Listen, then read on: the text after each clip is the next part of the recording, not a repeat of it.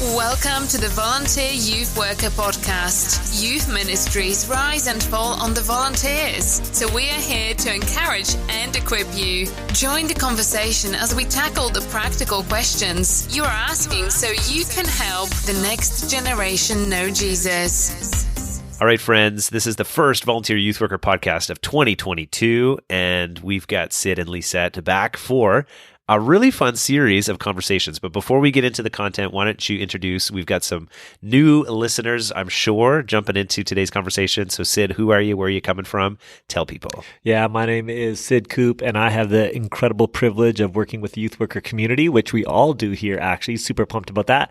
Live in Kelowna, British Columbia. And Jer, as you know, when we started doing this thing, we spent a lot of our time on the road doing conferences and connecting with youth workers at different events. And now we've put a lot of time onto the digital platform, engaging youth workers, digitally through like Zoom calls and those sorts of experiences. But having said that, at the end of last year, we also got a chance to just drive across the country and meet with youth workers one-on-one in small groups, which was pretty awesome. And we loved it. And so super thankful for what we get to do. Love this. Yeah, absolutely. And that's Our Country, Canada. I know we got listeners from all over the place, but we are Canadian. And I wonder if maybe we could do a global tour one of these times, Jer. We could just drive across the globe. Tour. I'm in. Lisette, you're in. Guys.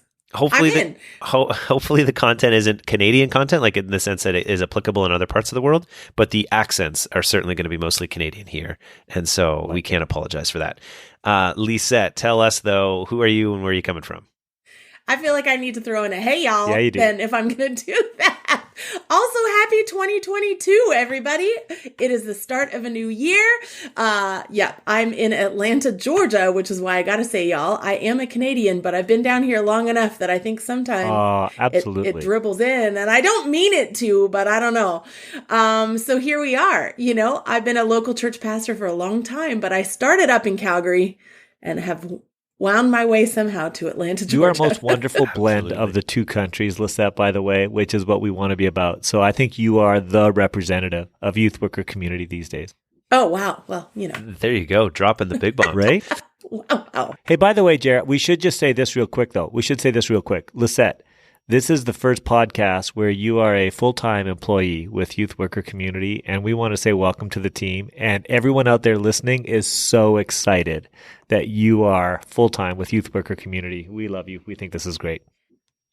Thank you. Super honored, super excited. Yeah, and some people may not realize. So this podcast, the Volunteer Youth Worker Podcast, is a part of this larger group. And I mean, it's not a huge group of us that work officially for the youth worker community, but trying to encourage and equip youth workers across our country, Canada, and of course now well beyond that, to better disciple students. And so we try to do that in a number of different ways. Sid referenced a couple. The podcast is one of these great ways that we get to do it. But we're a small team, and if we can encourage you and put wind into your sails, that's the hope. And honestly, with this podcast, we've thought about what are the questions that you, the volunteer youth worker, that you're actually asking, the things that you wish that you had answers to and that knew more about, the training that you were hoping for. And if we could answer some of those questions, whether it's from our own experience or some of the ministries we get to work with, or if we bring in other guests, the idea being, if you get those questions answered, then you're even more equipped to make an eternal difference in the lives of students. And so that kind of leads us into this particular conversation, which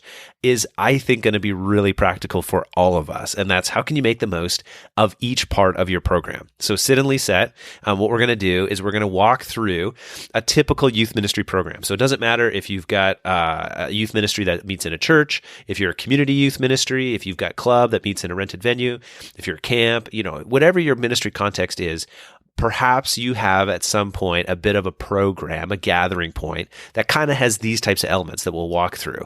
And as you're a volunteer, you can make the most of each and every one of these elements. And if you can think strategically about them, I think your ministry to students will be even just that much better. So we'll walk through, for example, from the moment a student gets dropped off. So today we're talking about the actual drop-off experience when a student shows up to your program. We'll spend another time talking about the welcome, the check-in. We'll hopefully get a chance to talk about like the games or the activities that we do, teaching times, hang time, the farewell, all that kind of stuff. And so as a volunteer, you'll have lots of practical takeaways. But for today, Sid, why don't you kick us off and talk a little bit about making the most of drop off. Yeah. That part of the program that oftentimes we don't even see when a student kind of rolls out of their whoever drove them, and before they even get into the building. What are we talking about when we think about drop off? Okay, Jared, let me quickly set a little bit of a bit of a context for the conversation around program here as well. So I'm so excited that we get to talk about this, and especially starting at the drop off. I think the details matter and the moments matter a lot. But I want to be really clear. All of us believe that program is very, very important, but we don't do program for the sake of program. And by program, I'm talking about any of the system structures that we use to facilitate youth ministry. So I think there's a time where for me anyways, when I thought that I would have volunteers come and create program for my kids to experience.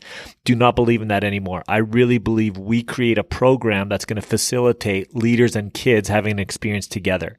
And Lisette, we talked about this. Any program we do is actually about relationship, but I think there's 3 types of relationships that our programs always facilitate. They facilitate the relationship of a student with a leader. We know that mentoring relationship is so important. They facilitate a student with other students. We think about community as being so important. And then ultimately, we're facilitating the relationship between a young person and Jesus Christ. So when we think about our program, our structures and systems are in place to help facilitate those relationships. That's what we're always shooting for. And the other thing I want to say is, hey, for some of us, we're going to go, we're not really into program at all. Well, the truth of the matter is you are. We all have a program. We all have a system structure, whatever we do. The question is, can we articulate it? Are we really intentional with it? Is it helpful and effective or not? And we want us to be really effective with each moment because we think that the moments really matter.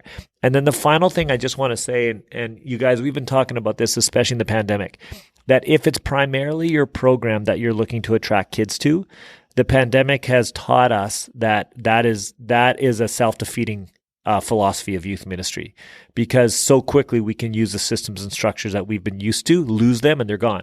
We think it's the people that actually make a difference in the lives of kids. And when we have great people being really intentional, that's going to draw kids powerfully in really transforming ways. So again, program facilitates people and relationships, which is what we're all about. Lisette, did you want to add to that? Before Lisa adds, I just want to clarify, Sid. You mentioned that there's kind of 3 relationships that our program facilitates. Yeah. So student to leader, student to student, and then student to their Heavenly Father. I think, and in light of even the conversation today, we actually even want to think about maybe a 4th relationship to their families. Yeah, that's great. And the idea that our ministry wouldn't just simply be to students, but actually to their family of origin, where they're coming from, that sort of thing, the people they're living with. Because we know that has a big impact. Oh, that was what you're going to say. I should have let you say it, Lisa. You know I'm always going to go there. She's going to hit that thing so hard. She's going to hit it so hard. Good job, Jared. I should have just let you go. I love it because then it won't always be me. No, but that needs to be. I love that's you, Lisette, and you help me in that so much. It's so funny that for me as a parent and as a youth worker, and all 3 of us are both parents and youth workers here. By the way, let me just say this: the most effective youth worker in a kid's life is their parent, or the potential to be the most effective youth worker in a kid's life is parents. Let's be really clear on that. But all 3 of us believe in the partnership between parents and other significant adults working in the life of a young person. And Lisette, you have continued to force me to think way more intentionally about engaging with parents and journeying alongside. And I think that's really wonderful and important. So you got to keep bringing that to the forefront. Love it. Okay, Lisette, anything else that you want to add as we think about making the most of each part of the program, or are we ready to jump into the details? I feel like we're pretty much ready. I think I just want to say, for those of you that are skeptical about this conversation, if you are, a killer program facilitates better relationships. So I think sometimes when people are thinking about, well, if I just lean on the relationship, but you need things to facilitate the relationship. Okay. So this is a great conversation. I'm excited. All right. So when we think about drop-off, Lisette, could you paint for us a picture of the worst possible outcome as it pertains to like a drop-off at a ministry? You don't even have to quote another ministry or reference one that you've seen in action. Quoting nothing. But as we think about making the most of each part of our program, let's just set our expectations in the reverse. What does it look like when it's actually running so awful and it's so bad? And what are the outcomes from that? Totally. I just imagine that family trying to find the building, finally find the right location, get into the parking lot. There's no lights. They don't know which door to use, don't know where the kid is going, don't know what adults are present. If there's even adults present. Yeah. If there's even adults present, they see some random kids running around this parking lot yelling and throwing things at someone, and then they just keep driving instead of dropping their kid off, right? Like, to me, that's like worst case scenario. Here's where it even gets worse, and we've seen it. Kid gets out of car, never been there before, kind of stands awkwardly beside the car, not sure where to go. Yes. So parent parks the car and gets out, walks with child towards the door, and like multiple kids run by them and adults kind of go past them. Nobody talks to them. Yeah. Nobody directs them. You're right. Like this is that's worse. Worst day ever. And then when they open the door, it's mass chaos. Like absolute chaos, out of control, bad environment. These are real. This is real, people. They're real. Or they ask whatever random adult they see, hey, is there a youth group here? And they're like, huh? What? And just keep walking. Why have I seen this? I might have seen it. I might have experienced it. Okay. Hey, you want to know something funny, Lisette? I remember for me, the first time I had this aha moment was when my son was in my youth group for the first time, and he brought his unchurched friend, and that unchurched friend's mom showed up. And I remember her just standing there like a deer in headlights at what was taking place. And it was kind of like my first real aha moment of going, oh, first encounters really matter.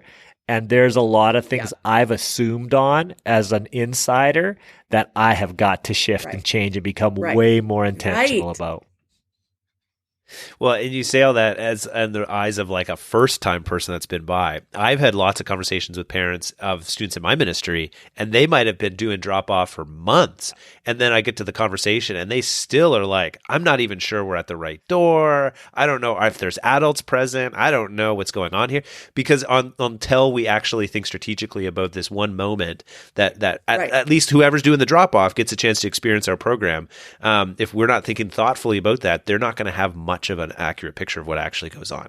So in light of a little bit of what's at stake here, Lisette, start us off. What are some things that as volunteers, so there's lots of things that, we're not in control of. We can't, pave the entryway if it's, a dirt entryway, and we can't put out an overhang carpool thing. In our country, it snows a lot on the, program nights. And so maybe it's going to be snowy. You can't fix that stuff. But what can you do as a volunteer to leverage that drop-off time? Well, yeah, I love it. Well, first, I love that you're using the word leverage, right? Because I think sometimes we just think like, it's not important. It's just drop off. Kids got to get there. But the flip side is it's your first impression. Huge. It is your first impression to families and honestly, your first impression of the night, right? You have to think about a kid has been through who knows what all day long. Right? Maybe school is awesome. Maybe it's awful. Maybe something terrible happened in their day. Maybe something great happened. Maybe you just don't know what that experience has been like, but you're setting the stage for their entire evening from the moment they get out of a vehicle or the moment they walk up to the building. And so just thinking about like, oh, this moment is actually really valuable and us thinking about it is worthwhile. So I think first I just want to say, just know it matters. So take the time to think about it. As a volunteer, you can help your leaders. I know point leaders that totally notice experiences and some that don't, and that's okay. You just get to be a part of being a great help to that team. But what does it look like to say, okay, number one, can anybody find it? Can anybody find us? And is there light? Like I would just say, start there. Let's start really basic. Do they know how to find you? And is there light? That feels like very basic step one. Well, and Lisette, let's just say, Jer, for a second about that, because I agree with you so much, Lisette. Let's think, like it's one thing to think about light at a church, lighting up an entranceway or an environment. Let's say you're dropping your kid off at a home, because we all are working in ministries where we have kids going to homes as well. And so what could it be to light up the front of the home so it's distinguished apart from the other houses in a way that says, yeah, this is where you should be? I think that's really smart to just think through something like lighting. And it doesn't have to be super complex. Like if you're a volunteer, you don't have a lot of time, you might be thinking about a floodlight that you're just going to plug in that's going to point up in the sky or point onto the front of the house or something like that. Like something simple, at least a porch light, make sure that thing gets turned on. But there's ways that you could distinguish it from others that don't require a lot of work, but make a big difference for someone who's coming for the first time. 100%. And I think not even the first time, but that atmosphere that you create for anybody walking in makes it feel like, oh, I've actually shown up to something that's intentional here. Love that. So, Lisa, you said, do they know how to find you? Is there anything, again, just as a volunteer that we can be doing about that? Or is this one more about raising the flag to, a point leader, somebody that might have to change something about the structure of the building or the information we give out to new people? Well, yeah. Sometimes it might just be raising the flag, saying, hey, do you know if we're putting that in our Instagram? Are we putting that on our emails? Do people know how to find us? Can we add some signs? Is there something I can print? Is there balloons I can put out? Like, is there something I can do? Can I help turn the light switch on? Like, whatever that is. Yeah. So that may be raising the flag, but it may be just practically being someone who's willing to care about it and find a way to create a space. Jer, if I was a point leader, you're saying, if I'm a point leader listening to this, by the way, and again, let's say you're decentralizing or you're giving a volunteer responsibility for this first encounter experience. If I'm a point leader, I'm thinking about how can I make this really accessible for my volunteers? So I create a box. In it, it has like the light. In it, it might have some signage, if that's what we're talking about here, which I think is a really good idea. And in it might be something to produce some sound, like a Bluetooth speaker, something to that effect. Again, and we'll get there in a second. But if you're a point leader, you could consider getting a box, putting it in the hand of a leader. So again, they have it, it's accessible, it's not taking a lot of time. And if you're a volunteer, or a team of volunteers, you might create this at the very beginning of the year again. You take a Saturday, you put all the materials that you need together, but now you have it. It's kind of plug and play at that point going forward, but it's really thoughtful, makes a big difference. Yeah, so that's you're referencing, Sid, if it's in a home in particular, so you give a box to a leader. But even if you have like a rented venue or you're in your own church facility or something along those lines, any kind of thing that can help identify that entry point. So you might even think, I think about some of the buildings I've worked in, it is somewhat clear to me because there is only one main entrance. But even though it might be clear this is the entrance to the building, it is still good to reference that there's something happening in the building at this particular time. Right. So, we're releasing this obviously in January. It's the start of the year. It's dark usually at the start time of our programs. And so because of that, people might be rolling in, especially if they're coming in a little bit late. It can feel like, as much as there's the building's open, is this the right space for my kid or something along those lines? So that's where, and Lisa, you and I have both purchased like flags for portable events, that sort of thing. So that's a bit of a budget, thing. But to be honest, I think you could get a reasonable flag, with your ministry or with Welcome or something for, I want to make sure I'm saying this right, for maybe like $100, $200. Totally. Pretty reasonable. Yep. So there's a thought. If you're a volunteer, you can help source this stuff. Probably your point leader would love some help in trying to figure this kind of thing out. Bluetooth speakers on Amazon, $50 to $100.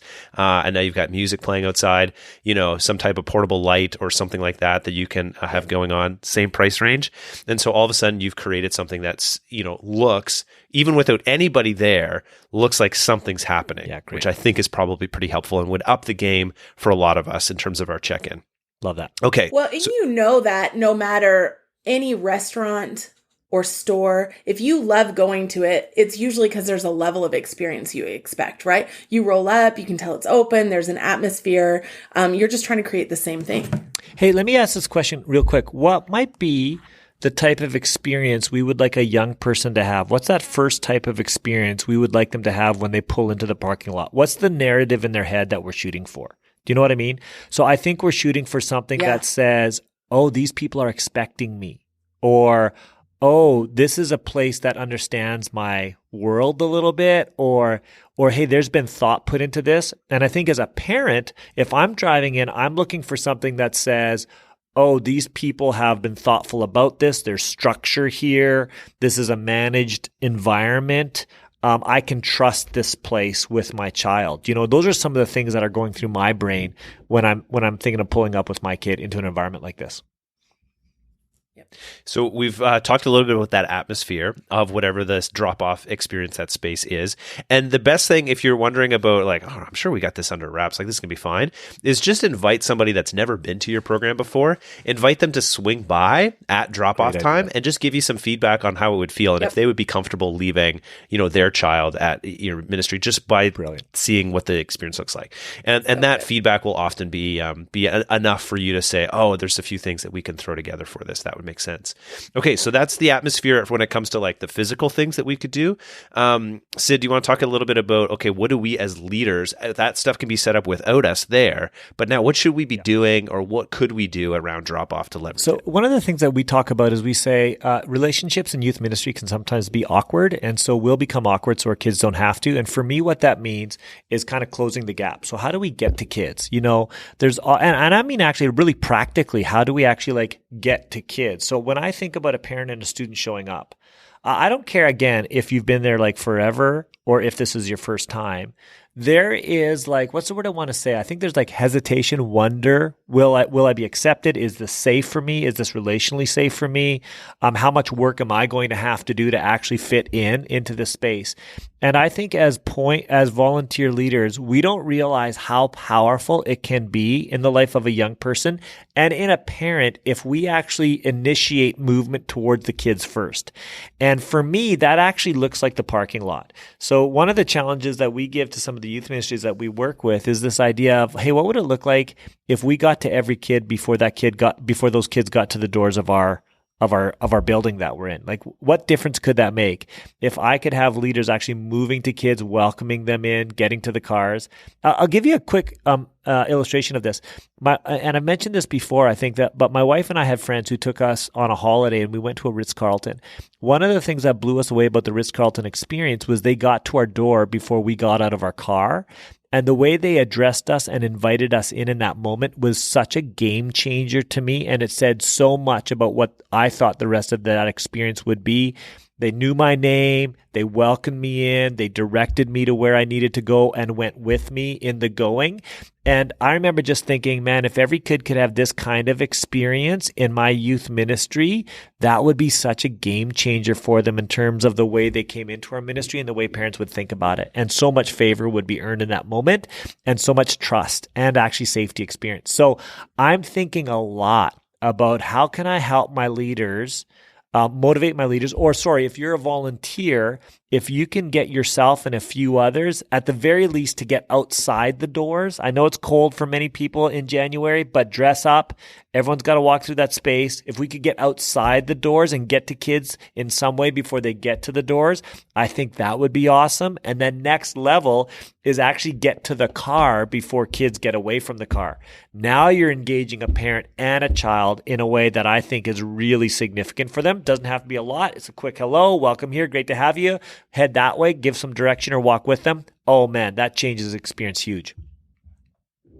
I love that. How often do you go to the Ritz-Carlton, Sid? Is that... Yeah, I don't want to talk about that anymore. To get that experience, or Jared, we just, you know what? It feels like a lifetime ago, bro. We've been to a couple. I say that because I think I know a bit of the story. You had a buddy that was inviting you guys over to that experience. Dude, we had a buddy. Yeah, we had buddies. Just so you don't end up on Preachers and Sneakers with your Ritz-Carlton story. Let's be really clear about that. Let's be really clear. I will say to what the picture you're painting though, Sid, I think that was one of my favorite youth ministries. I took my kids to because they were going to see some friends at a youth group, and they had used cones in the parking lot to create a drop-off so that nobody could actually park. They didn't have a big parking lot anyway, but they didn't actually want a parking vibe.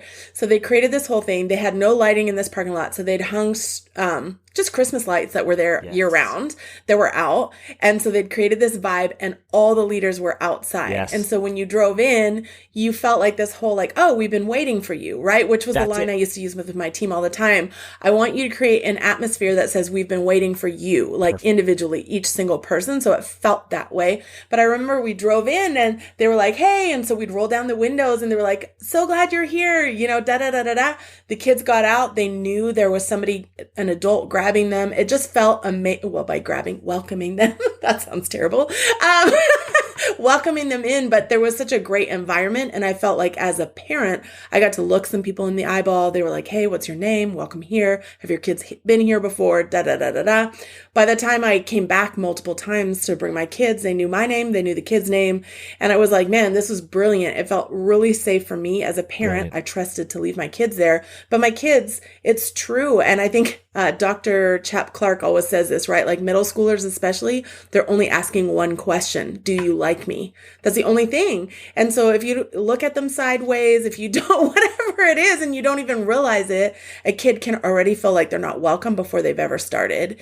And man, that makes everything else about your night difficult. Hey, one of the things I want to say about this as well, like Lisette, we know that the person who has actually the most power in the life, especially of a middle schooler, whether they come or don't come, is actually a parent.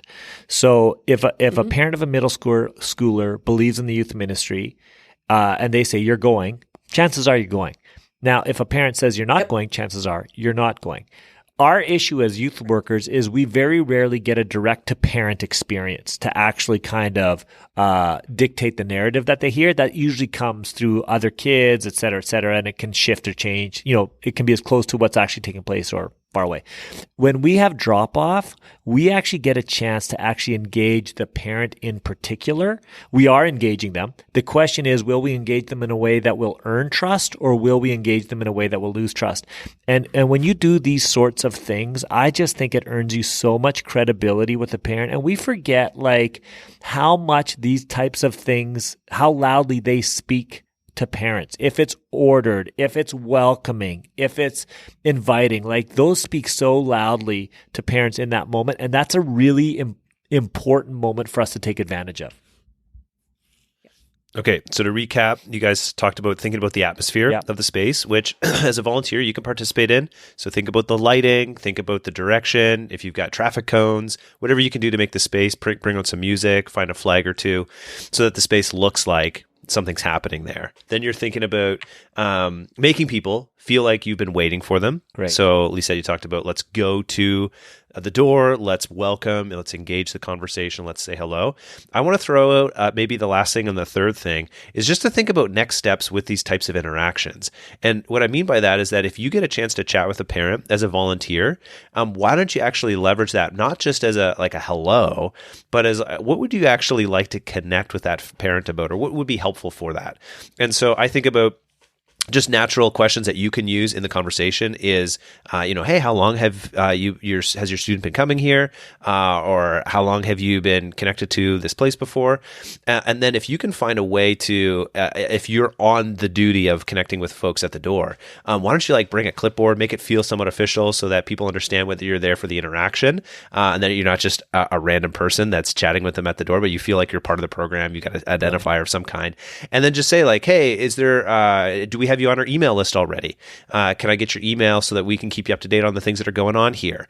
Maybe you can have a printout of your database and know, so-and-so, and you can actually do check-in from the cars, and then have the ability to say to parents hey, we don't seem like we have your contact info here. Can I update your profile? Can I get your number so we can get a hold of you? That sort of thing. So now you've got some next steps as you're thinking about with this parent. And even to the point where I've seen church youth ministries in particular that realized, as much as we love having a lot of students come through our program, we want to find more and more ways to invite the whole family to be a part of our church. And so they created a whole drop-off and experience that included every week an invitation to whatever was coming up at their church. So let's print off actual physical cards inviting people to this, the series that's happening on a Sunday or whatever program you're highlighting at that particular moment. And so as parents are going by, hey, here you go. And if you want to sweeten the deal, you put a granola bar, hey, can I get you coffee? Maybe you got coffee or hot chocolate running too.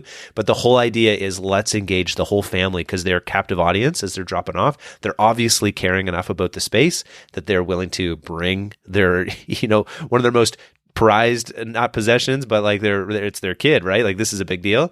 And so they care enough about the space. Why don't you use that relationship and actually leverage it for an invitation?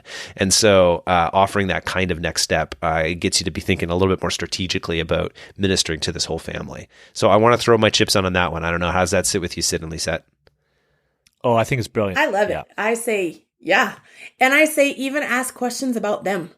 I think there's so many parents are moving so fast that people aren't stopping to ask them questions. And I think to even find out how their day is going, how their world and their work is going, how you can pray for them as a whole family, you'll learn a lot about that kid by talking to the parent and getting to know the parent. Hey, Jared, just want to again just kind of give a bit of a big picture idea here, or maybe a bit of inspiration. First encounters matter so much. They matter so much. They set the tone in a person's mind, like an emotional tone in their mind for the rest of the evening. They either come in expectantly saying, oh, I can't wait, what's going to happen next? And there's kind of an invitational nature to them, or defensively. Okay, this was really bad. I don't think anything, you're going to have to work to get me into this thing. So what we do in those first moments really matter.